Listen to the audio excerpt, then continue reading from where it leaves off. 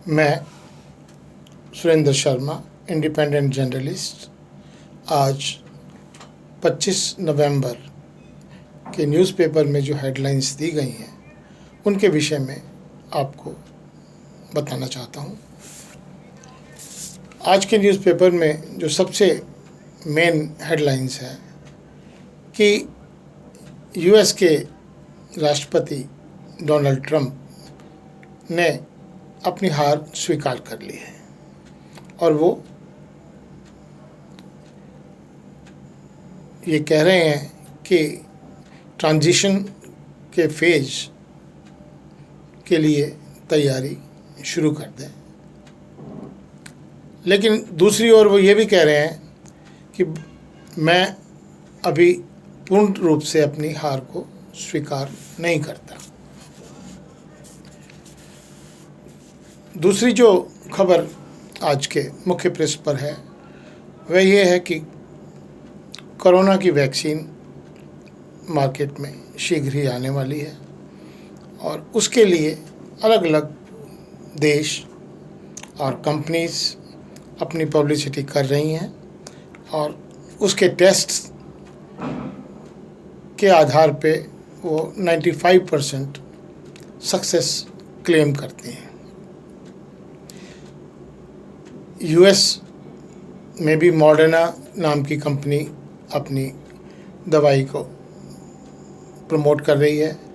Russia में Sputnik नाम की मेडिसिन है और हिंदुस्तान में भी एक कंपनी है जो वो इस दवाई का जल्दी ही आने की कोशिश कर रही है।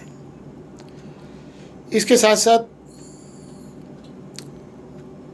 दिल्ली सरकार तथा अन्य सरकारों ने प्रधानमंत्री की मीटिंग के बाद कोरोना की टेस्टिंग और मास्क का इस्तेमाल, सोशल डिस्टेंसिंग रखने पर बहुत सख्ती से काम शुरू कर दिया है।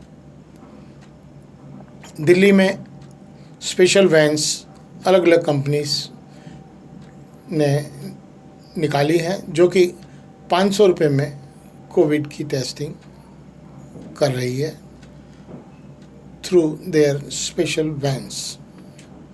उसकी प्रमोशन काफ़ी ज़ोर शोर से चल रही है। मास्क का फ्री डिस्ट्रीब्यूशन आम आदमी पार्टी अपने एमएलएज के थ्रू रेगुलरली कर रही है। यूपी सरकार ने कुंभ की तैयारी, जो कि जनवरी 2021 से शुरू हो रहा है, बिना किसी टेस्टिंग के कुंभ के मेले में किसी को भी एंट्री नहीं दी जाएगी। ये सब रोकथाम की तैयारियां माननीय प्रधानमंत्री के आह्वान पर की जा रही हैं।